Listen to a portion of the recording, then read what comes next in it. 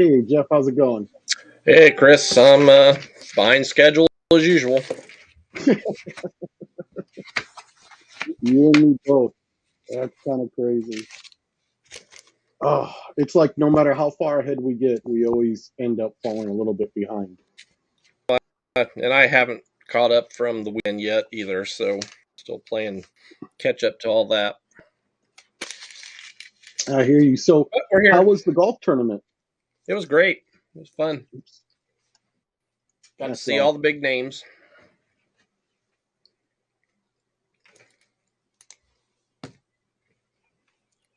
That's pretty impressive. What's going on here?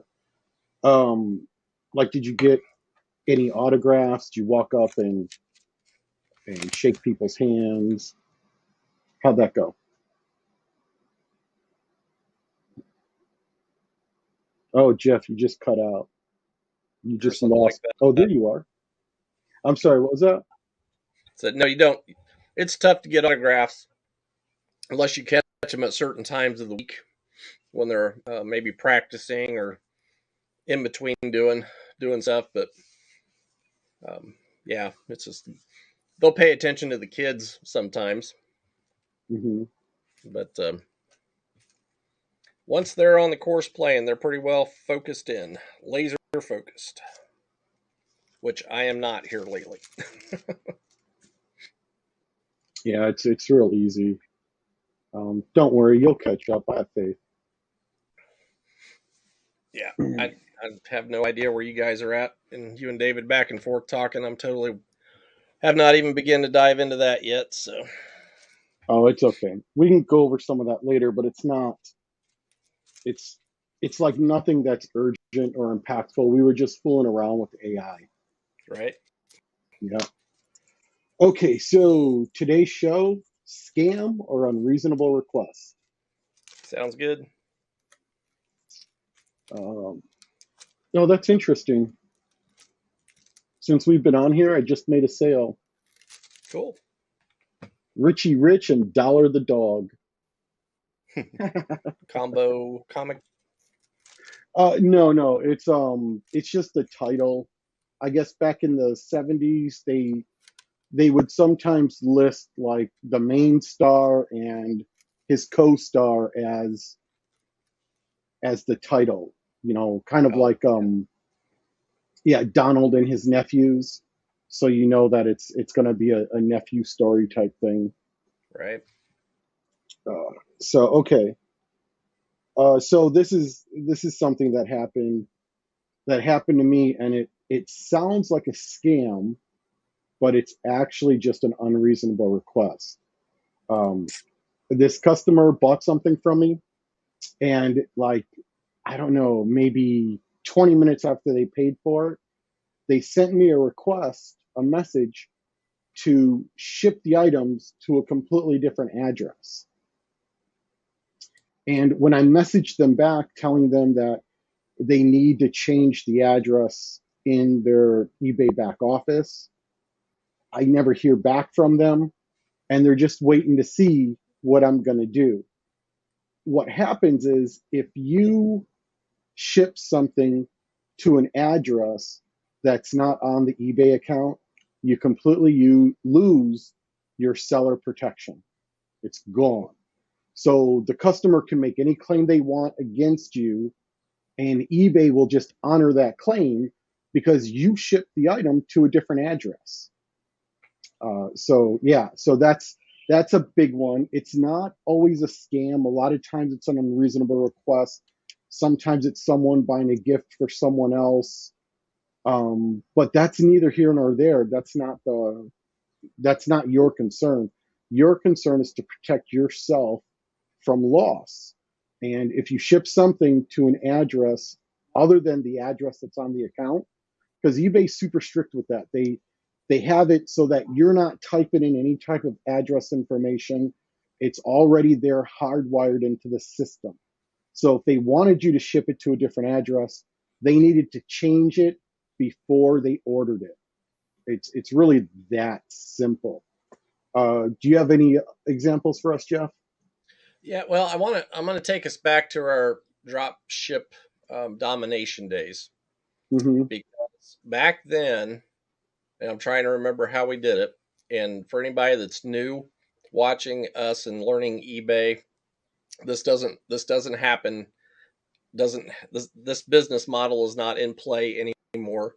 Um, but back when we were able to drop ship, didn't we have to change the address? Um, we always had to ship to the our customer's address. So they were coming in, and we were sending it out from Amazon though. So Yeah, it wasn't as big a deal. it wasn't, yeah, I remember that. What happened was we had to copy the mailing address from eBay over to Amazon. Yeah. And what ended up happening is if you're making a regular amount of these sales, you started ending up with this huge, endless list of where you're sending these items out to. Yeah. Yep. I And swear I had like 100 names. oh, sure, easy. Yeah. Um, so that's all why we had to change. One of the reasons we had to Mm-hmm. change our Amazon account every month. I don't know if you did that a whole lot, but we didn't use our primary Amazon account. We used a secondary business Amazon account, and Oh. I always changed month. And we did this because we had the Mm-hmm. Gmail accounts, and Gmail you can finagle that to show it as a new email every time for Amazon. So Amazon didn't think anything different as far as back Mm-hmm. then. But you can't do that anymore. I mean, yeah, you still can, but it's not a business model recommended by any of us at this point in time. It worked back then; it was fine. But on the same note of that, there are still people out there that teach you how to drop ship off of eBay itself, and there are times back then, on occasion, we would have to go to another eBay seller because the Amazon product had went out of stock. So, and we go find it on eBay. We may have to take a bigger hit on the profit, or make no profit at all, but we at least wanted to try to get the product to the customer. So, you would have to mess the eBay seller and say, "Look, I messed up. I ran out of product." You don't have to tell them where you were getting it from. Just, I screwed up. I ran out of product. You've got what I need. Can I have you send? If I buy this, can I have you send this to my customer? And still, he's getting Mm-hmm. the sale. He's still getting the customer. He's still got a good address to send to. It's back on us that eBay would say, no, we're not going to cover that for you. I Yep. think. Am I right? Does that sound right? Yep. So Sounds right. there are predicaments even today, even with regular physical inventory. If you were to mess up and run out of stock on something, and I would, and I'm looking at Chris's eBay store, and I Google it in, or I eBay search it in, and it comes up that Chris has one, then I would need to contact him and say, hey, I'm not trying anything shady here. I screwed up. I ran out of product. In fact, I had to do that. Hmm, it's been a good while, maybe a couple of years. And I remember the guy coming back and saying he stalked me. He stalked my eBay account and said, "Okay, I can see that you've got enough feedback, good feedback, and all that. You're not trying to scam anything." I said, "No, I'm not trying to scam anything. I just need the product, and if you would please send it to this address for me." And so we were able to do that. So that's how that would work. But no, that is not something. If that's a red flag. I have had the occasional somebody moves. They haven't ordered on eBay for a while, and they've moved, and I forgot to put my new address in to eBay. And they're going to make it sound all wishy-washy and legit. So you just kind of take it's your decision. Do I cancel the sale? Tell them to cancel it and fix the address is the best answer, like Chris said. Because if you do go ahead and send it out to the different address, you are taking it's on you at that point. So, but I have had a couple where I've had one where I asked them to fix it, and I had one where I actually sent it and it went through fine and wasn't an issue. So, but the best way to do it is to cancel it and put your new address in and buy it again. So. Mm-hmm. Yep. Another good one. This is this one cracks me up. So, uh, someone is sends you a message, and let's say you're selling, I don't know, 10 widgets. They want to buy all 10 widgets from you, but not through eBay. And they try really hard to get you to sell to them off of the platform. And the reason why that is because of seller protection. So if you sell to them off platform, not only do you not have any type of seller protection, but you don't have any other type of protection. So they could be using stolen credit cards, um, all kinds of malicious items, so that they can steal those things from you while using someone else's money to do it, and it becomes a whole thing because you lose the product, you lose the money, and if you're really unlucky, you have to fill out a statement to law enforcement if it happens to be some type of credit card scam or something like that. So you're going to really want to watch out. Never, ever, ever complete an eBay sale off platform. Not only could you get ripped off, but if eBay catches you, they will delete your account instantly. They might not even send you a thing. They delete the account, then they send the email saying that your account has been deleted because you violated their terms. Yeah, and they may not tell you what the term is either. They'll just say it's because of violation of term of policy. You have to figure it out. I know that one. Yep. That one frustrates a lot of people with the idea of why will these companies not tell me what I did wrong? I'm a person here. I'm trying to fix it, do better. Not make that Mm-hmm. mistake again. Why will they not tell me what it is? I don't. Do you have an answer to that? I don't have an answer to that one, other than it's just Well, their I have an policy, answer their to that. business. That's what they do. Well, they're protecting Legalities. themselves from they're protecting themselves on both ends. So when you do something wrong, like let's say you're selling something you're not supposed to be selling, it's on the list. The owners of the trademark don't want anyone selling this stuff, not The even viewer used. list. Yeah, exactly. And then you start selling stuff that's on that list. The situation with eBay is they're going to get sued by the trademark owner. But if they start accusing you of things, like telling you this is what you've done wrong, this is why this is happening, they're giving you uh, they're giving you fuel so that you could sue them. Mm-hmm. They're giving you all kinds of facts and data that they are legally not required to give you, which you can then use to sue them. Yeah. And they don't want that either. So they don't accuse people, they just say you violated the terms of use, and that's all they're required by law to say. That's it. Yep. I mean, if you read those terms, not only will it give you a headache, but you will easily see that they can delete your account for whatever reason, and they don't have to give you any notification whatsoever, and there's nothing you can do about it because it's in their terms. Yeah. You agree I to don't. those terms when you open the account. Right. Yeah. Exactly.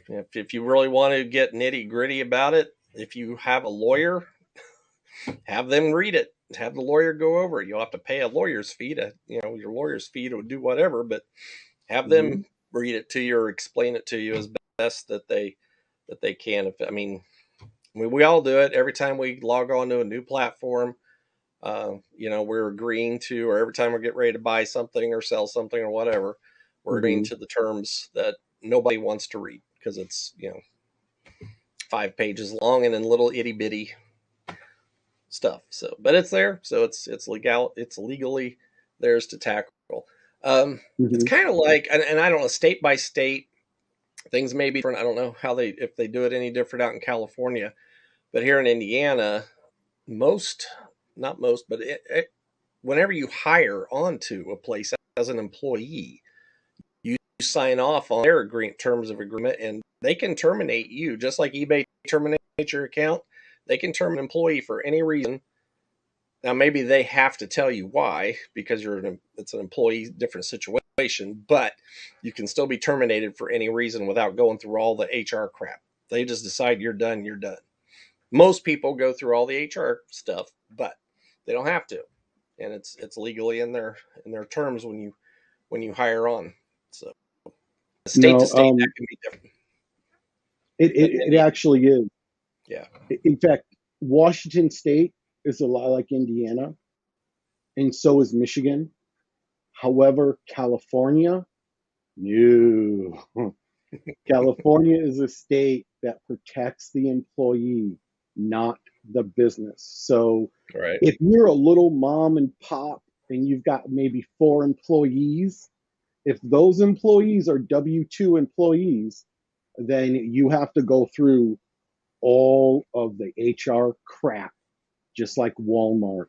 You have to write them up so many times, have them sign it before you can actually terminate them. Otherwise, you're going to be paying out in unemployment real bad. Yep. Yep. You know? Good deal. Oh, so I was here's a scam one to think about. Mm-hmm. I went and had an eye exam today, amongst everything else that we're doing, and I was telling the eye doc, we're just chit chatting, telling him what I do, and he was asking about selling on eBay. He says, "Now wait a minute." He says, "I've heard people talk about the scams on eBay. So if I have a Rolex watch that's worth $10,000, and I go and sell it on eBay, and the person that the customer, and I take pictures, and he had it figured out for the most part. Like, even if I take pictures of it and how I've got it boxed up, and I send it to the customer, and they unbox it and stick a fake Rolex in there, and then put a claim against me that I gave them a fake Rolex, eBay is going to side with them." I said, "Yeah, it's very possible that they will. There's a few channels that they would have to look at, especially for something in that big a, for that big of money. But unfortunately, there are scammers out there at doing that and finding the items that they want, and we're kind of stuck as a seller No, in we're some not. cases. Not all, but some cases. It just depends on how you sell the item. If you do it the right way, you're protected. If you do it the wrong way, you're stupid and should not be selling on eBay. Dude, Yeah. it's that simple. Yeah. Seriously, a $10,000 Rolex, are you out of your friggin' mind? It was just eBay an has example. this. Yeah. Okay, but Yeah. no, seriously though, you can go on eBay right now. I guarantee you there's over 1,000 $10,000 Rolexes being sold on there right now as we speak. Seriously, okay? Yeah. There's diamond rings, platinum necklaces. I mean, if you could picture some type of expensive jewelry, they're selling it on eBay, but they're doing it the right way.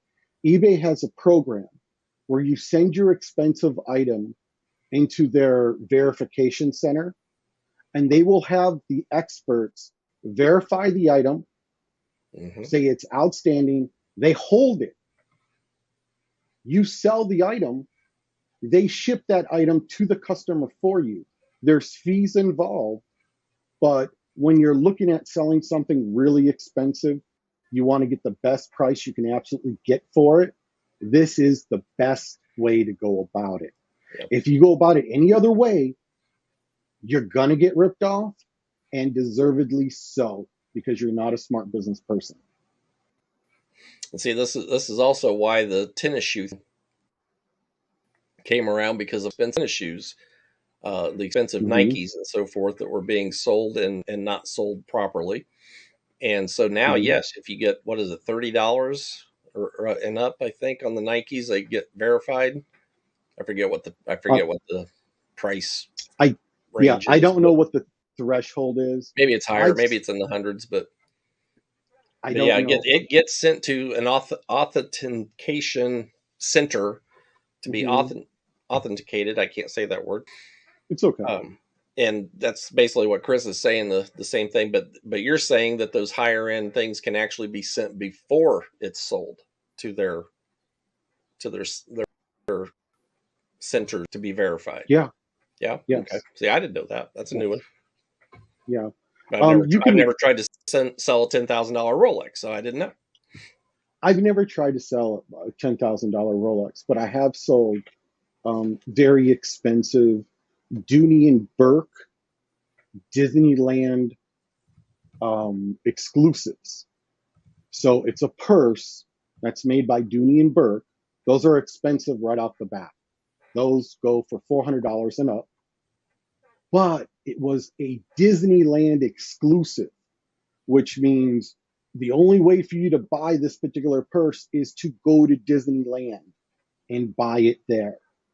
And I was grabbing those. I was an annual pass holder. So I was buying them. I was getting 20% off at the counter because I'm an annual pass holder, turning around and flipping them on eBay for like somewhere about $150 above retail. And it was usually around $200 or $300 above my cost. So I went through the trouble of having that authenticated and having eBay handle all the footwork for me. And it worked out really well. Did you ever let David in on that one, since he goes to Disneyland all the time too? No, I You haven't. probably get the discount. Well, the problem is, this was back when, this was like, I don't know, maybe 3-4 years ago. Since then, Disney has changed their rules, which is, if you look at my store, the only stuff I have from Disneyland is stuff that's used that I bought from other collectors, because if they catch you selling things that you bought on your annual pass membership, you'll be barred from the park forever. Right. So I stopped doing it. Mm-hmm. No, that's another one of those policy things like we were talking about earlier. Yep. And I was sad too, because I mean, I wanted to continue selling those products. I was selling the Pixar shirts and all kinds of collectibles that you really had to go to the park to buy. And we were making fantastic money, but when they said they're going to ban us from the park forever, that was just too much. It's too much of a risk. Yep. Too much of a risk. Never want to get banned from Disneyland. That's bad. Mm-hmm. That's bad. That's real bad. Well, I mean, if you're a Disney fan, right. if you don't care about Disney, I mean, who cares? You know, you could probably get away with it for a while, make some good money. They ban you. You don't really feel it unless you have children and they want to go to Disneyland, and then, what do you do? Yeah, if you live in close proximity to those areas, theme parks, and you know you can go regularly, then it's definitely to do it the right way, for sure. It is. Here's another thing. Don't barter on eBay. So this literally happened to me. People contact me through the message board. They tell me they like something I'm selling, and they have something else that they want to trade for me. Oh, that's a new one. I haven't had that happen. Oh, for real? Maybe because I'm into like comic books, like a lot of comic books. You know, because they want to. There's all kinds of things wrong with that. It's not like you're at a convention and you've got a box of books, they got a box of books. You each can examine your books and then trade over the counter and walk away, no cash. You do that on eBay, they're going to 86 your account if they catch you. You have no way to verify the condition of whatever they're trying to trade you. There's no way to verify that. And there's nothing to protect you for when it all goes bad. And again, you can lose your eBay account, and the person's probably going to get away with your stuff and not give you anything in return, because they could just send you a box of rocks. And this goes right along with what we started off talking about with them people messaging you. I have had this happen once or twice where somebody will message me and talking about bartering. It's not bartering to trade, bartering just on the price. And they'll message me and they say, hey, if I can buy this for $10 instead of $15, I'll buy it. And basically what they're wanting me to do is they'll tell me to find them on Facebook or email. They can't give you an email address on eBay's platform. Right. They'll pick up on that, but they'll ask you to try to contact them off of eBay to figure out a price and so forth. And even on the shipping, when we were talking about somebody asking for the different shipping address, they may be asking you to come get off of eBay's Messenger to start talking about how to ship this item. So yeah, I've had that a couple of times where somebody's wanting to talk price, and I'd say 90 to 90% of my items I have on an offer anyway. I have the offers turned on, and so I will tell them to go back in and look at the offer and do it that way. There has been an occasion where I didn't have something on an offer. I'm like, okay, I can accept that. Not talk to you off of eBay. I'm telling you right here on eBay Messenger that I'm go in and change the price, and as soon as it reflects the price change on your end, you can purchase the item at that price. And I've never had an issue doing that. But as soon as they say anything, whenever Messenger is coming in on eBay, if they say anything about trying to talk to you off of eBay or give you the impression that they may want to talk to you off of eBay, don't do it. Just remind them politely, I cannot take this Mm-hmm. I cannot take this off of eBay Messenger. Please do it this way. And so yeah, just be extra careful of that, because there's a lot of ways people can word things that kind of make you scratch your head, and before you know it, you're doing something you weren't supposed to be doing. Yeah, that is very true. And here's the thing, okay? I've had people contact me about trying to do a transaction off of eBay, and they try to entice me by saying, I'm going to save a lot of money because I don't have to pay those eBay fees. I'm telling you right now, eBay deserves those fees. If you had any idea how much money they had to pay out just in general advertising so that your listings can be seen, is utterly just ridiculous. I've I've had my own website and I've sold stuff off my own website before, and I've sold stuff off another site before called Bonanza, and I it's ridiculous. Bonanza doesn't do any advertising whatsoever, which is why you save so much money on the closing cost fees. Mhm. So they save all kinds of money on advertising and they pass it on to you. However, I was making, you know, on any given week, I'd make maybe 20, 30 sales, 20, 30 sales in a 4 month period with the same amount of listings on, what was the name of that place again? Bonanza. Bonanza. On Bonanza, for 4 items to sell, it take about 5, 6 months. Yeah. Believe me when I tell you, eBay deserves those fees. They really, really do. I mean, Yeah. I Until can't you even, get in, go ahead. if you're new to, yeah, if you're new to and thinking, okay, I don't want to pay all this fees and all these extra, we were talking about promoted listings off and on. If I don't want to pay all this, set up a Shopify store and see how long it takes before you get a customer. Mm-hmm. Go to, and like Yep. Chris said, or use Bonanza. Bonanza. There's a lot of people that use Bonanza because it directly connects to eBay. You can just basically go in and push a couple of buttons, and all your eBay inventory will show up on Bonanza for you. Um, Mm-hmm. but if you want business off of Bonanza, you're gonna have to promote for yourself.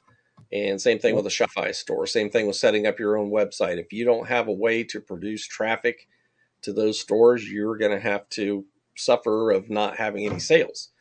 Um, Yep. and trying, like Chris said, trying to run traffic to an e-commerce store with the competition that is out there these days, even being good with SEO, it still takes a lot of promoting, and you're going to have to throw out some advertising dollars somehow, some way. Now, Well, yeah.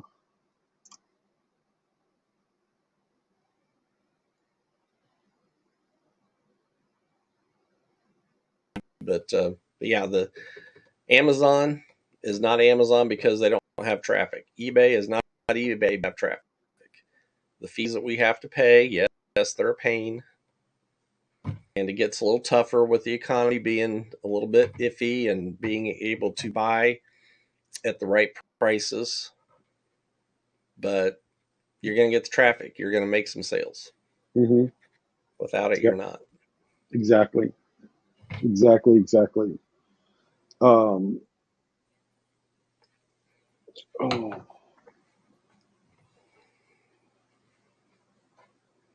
yeah, I think that just about covers it. You know, whether it's a scam or it's an unreasonable request, either way, these things will chip away at your profit if you don't protect yourself. And there's going to be times when you're unsure and don't always rely on those Facebook groups, those eBay Facebook groups. I mean, don't get me wrong, a lot of times I see a lot of good advice in those groups, but I also see a lot of bad advice in those groups. I mean, it Mhm. goes hand in hand. One one post will have an equal amount of stupid suggestions and good suggestions, and it's crazy. But when you're in doubt, call seller support. Get on the line with seller support. Tell them exactly what's going on. They can look at your account, they can see the messages, and they can advise you on what to do. Yep, absolutely. And that Mm-hmm. way you've also got record, you started a record just in case something pops up with that item if you do get to go ahead and sell it Yep. with those people. Yeah, unreasonable requests. I'm sorry, I was kind of off topic there a little bit. Just thinking through the idea that when we transition from um, just something every once in a while to even next level of hobby seller, where you're kind of selling stuff consistently, up to somebody who sells on a daily basis, and then up to somebody who sells full time or makes enough money to be full time, because you can sell on a daily basis part time. There's no doubt Mm-hmm. about that. But it's a transition from hobby seller to business person that makes a difference on the unreasonable request. You know, if somebody's requesting you to send them extra pictures, if somebody's requesting you to give them a little more information, background on the item, somebody's requesting you to, yeah, possibly requesting you to work with them on the.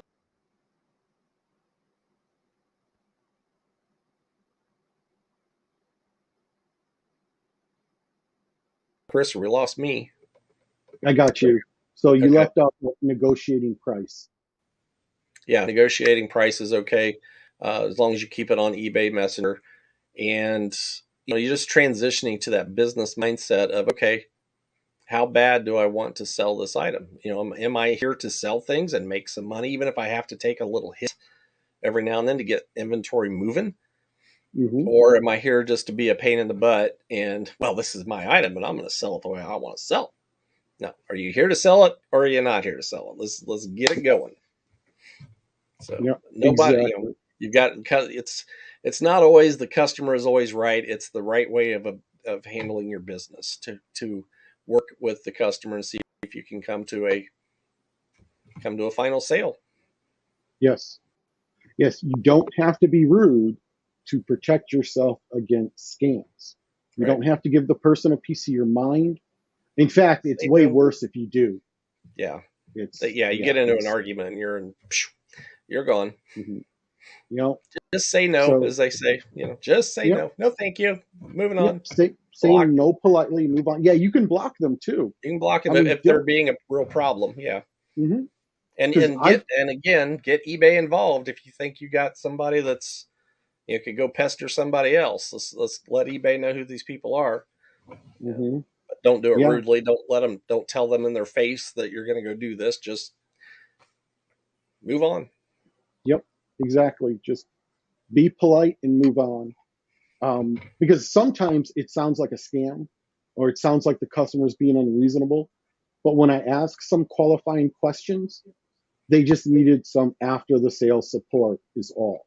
They just Yep. had some questions. They weren't trying to make a return. They weren't trying to, get me with a not as described suit. They just wanted to ask some questions. So Yep. don't freak out. Don't panic. Just be In polite. Answer today's the questions. in today's world, I'll tell you a real quick funny story before we get out of here. Hmm I'll throw my mom under the bus a little bit. There are still a lot of people out there that have not bought online or sold hmm online or even spent a major amount of time online. There are Yep. still people out there that that's their first time buying experience. So let's help them have a good buying experience. Mm-hmm. They don't know. But yeah, my mom's got a virtual doctor's appointment now. She has a computer but no camera on it, so that's all cool. But she has a tablet with a camera. She has a phone with a camera. Doctor office wants to do a virtual visit. She's like, no, I can't do that. So she calls us and asks us about it, and we're like, yes, mom, you have a tablet with a camera. Yes, mom, you have a phone with a camera. We can help you Mm-hmm. with the virtual visit. So, there's people out there that they have the answers right in front of their face and don't even know they have the answer. So Yep. but we were having a good time, not trying to laugh at mom, but we were laughing a little bit. Yes, mom, you can do that. It's okay. We'll come over and help you. It's all good. So she was calling us to ask if she could borrow one of our phones, is what she was doing originally, because she didn't think could do it on her phone. So, That's funny. That's yes, funny. there's just make it a good customer experience for everybody, because there's people out there that just don't know what they don't know. So, Exactly. That is very true. One time I was on a PC help desk. So I'm people, something goes wrong with their computer. They call, I answer the phone, and I'm like, all you got to do is right click, just right click. And they're saying they can't right click. And I'm like, you can. Your hand is on the mouse. Go to the button that's farthest to the right and click it once. And they were like, I'm doing what you're telling me to do, but there's no click. It's not right clicking. I don't know what to do. And I thought this guy was screwing with me. I thought he was going out of his way to give me a hard time. And I almost lost my mind until it just dawned on me. And I asked him, are you on a Mac? Macs oh, don't have right click. Look at my mouse. okay. See how smooth that All is? right. There's no buttons. Yeah, No buttons. no Okay. buttons. Now you can go into your within these past few years, go into settings and give it a right click. Okay. But for the most part, out of the box, they don't have right click. I could have accused that guy and cursed him out and told him this isn't a game, this is expensive, and go fool around somewhere else. And then I would have made a horrible move, probably would have gotten fired, and the person would have had a horrible opinion about our product and our company. Mm-hmm. But I kept my cool. I figured it out, and solved his problem. He gave a glowing, wrote a letter to the customer service people about how great I was and how I knew about Macs and PCs. Mm-hmm. Yeah. It was cool. It was really cool, but it could have gone the other way. I Yeah. could like that guy who worked at Dell. I don't know if you guys remember this, but back when computers were young, before the World Wide Web was really big, Mm-hmm. Dell computers were selling hand over fist to regular people all over the world. And they were doing so that they were in the newspaper like every other day. This customer service person had someone call them and told them that the cup holder on their computer is broken. The customer service rep told him, no problem, box up your computer, send it back to us because you're too stupid to own one. Yep. I remember He that. lost, Yep. yeah, he lost his job. He was fired with like, just boom, you're gone. Mm-hmm. And he remains a customer service story to this Oh yeah. day. Oh yeah. I mean, yeah. There's people that have joked about that one for a long time. Hmm. Have you ever? Yeah. We're way off topic here, but Young Sheldon, you watch that show Yes. any? When Religiously. he gets his computer and Grandma gets a hold, yeah, Meemaw gets a hold of the computer. She's messing with it, and she's holding up Hmm. the mouse, talking into it, and listening to the mouse and everything. And that was the early days of the computer back then. So at least there was a mouse. yeah, yeah, there was. When I first got my hands on a computer, there was nothing but a black screen with white print. Ugh. My first computer had a mouse. I didn't know how to use it either, but it had a mouse. We were still I was still using more of the what do you call it? The when you're typing out the commands. Oh, command line. No, I'm thinking different wording there. Okay. But anyway, you had to type in the commands on the screen, and then it would go do whatever you told it to do, instead of just clicking to a website. Well, there was in Windows early days, there was a couple of programs that were still command line, like WordStar. It wasn't like Microsoft Word where you could just type something and then highlight and then change it. On WordStar, you actually had to use a markup language, Mm. like bracket A, bracket backslash A Yeah, that kind of to, stuff. Yeah, yeah. yeah, There's another and term. There's another term I'm trying to think of, and I'll think of it after we get done tonight. But mhm, but yeah, yeah, yeah. I don't see programs like that much anymore, unless you get into like hardware control, drivers, and things of that nature. yeah. And then, of course, diagnostics, they all have command line prompts. So, yeah, Mhm. yeah, we went Good way stuff. off topic on this one. Way off topic, but that's had to take a trip down the old days. Hmm. Yep, But yep. it All uh, it right. is, it is amazing. I mean, there's people out there that they don't have computers, they don't have the technology yet, and it's just not a it's a money issue. They just never had the money to do it. And there's a lot of people out there that just refuse. I've got Hmm. a friend down in Florida, where my dad crossed the neighbor to my dad, and he won't talk to you unless it's on his regular house phone. He ain't using one Right. of those mobile phones. Yep, yep, So that's just the way it is. yep. All right, man. Well, hey, it's a good night, and hopefully we gave some information that'll be helpful to somebody, and we'll try to keep connecting on Tuesday nights. I just got to get my schedule slowed down just a little bit and get back on track here. So we'll rock and roll. All right. See you later, Thanks. everybody. Uh, I really got to learn how to turn this thing off without exiting the program.